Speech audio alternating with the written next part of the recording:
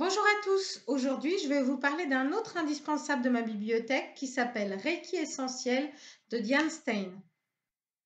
Le Reiki, pour ceux qui ne le savent pas, c'est la manière la plus connue de transmettre l'énergie par les mains. C'est vraiment la base de ce que je fais, j'ai envie de dire. C'est comme ça que j'ai commencé il y a 15 ans et c'est comme ça que j'ai expérimenté et puis au fur et à mesure développé l'énergétique puisque moi ça m'a vraiment passionnée. En fait, ce livre, pour moi, c'est un indispensable parce qu'avant ce livre, le Reiki, c'était vraiment quelque chose de très peu connu, voire caché. En fait, le Reiki, ça a été redécouvert par un moine japonais qui s'appelle Mikao Usui. Et jusqu'à ce livre, le Reiki était transmis seulement de maître Reiki à élève, qui peut-être devenait maître, qui ensuite transmettait. Et c'était vraiment des initiations, parce que c'est comme ça qu'on appelle la transmission, qui était vraiment cachée. Diane Stein, dans la fin des années 80, elle a découvert le Reiki, elle a découvert ce que ça pouvait faire et elle a trouvé ça tellement génial qu'elle a voulu le transmettre au monde entier.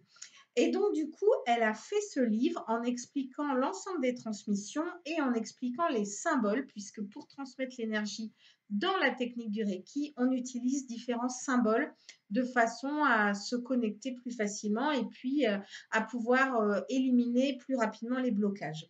Bref, c'était une petite révolution dans le monde du Reiki puisque jusqu'à présent, on ne connaissait pas les symboles qui n'étaient jamais notés et c'est d'ailleurs ce qui justifiait un tarif complètement aberrant des transmissions Reiki. Donc moi, quand je transmets le Reiki, j'utilise la technique de Diane Stein et puis je trouve que vraiment son approche est très libératrice du Reiki et je trouve ça génial. Donc voilà, c'est ce que je conseille à tous mes clients qui viennent faire une initiation Reiki.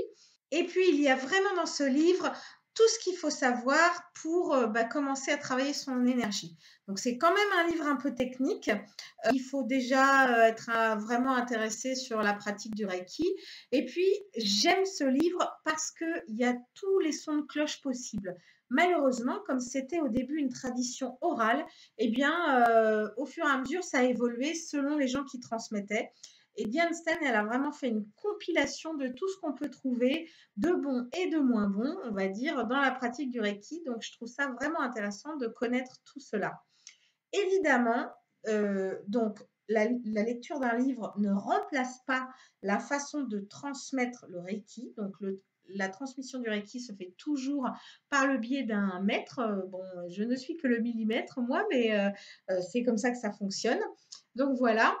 J'ai aussi à vous dire que c'est un livre un petit peu spécial puisque en général, il n'est accessible qu'aux gens qui sont prêts à apprendre le Reiki et il s'acquiert petit bout par petit bout. Ainsi, il est rare de pouvoir lire ce livre jusqu'à la fin. Quand on n'est pas du tout initié au Reiki, vous allez pouvoir lire les 2 premiers chapitres. Et puis quand vous serez prêt pour l'initiation 2, eh ben, vous pourrez lire l'initiation qui est destinée enfin, le chapitre qui est destiné à cette initiation, pardon. Voilà, j'espère que ça vous a intéressé.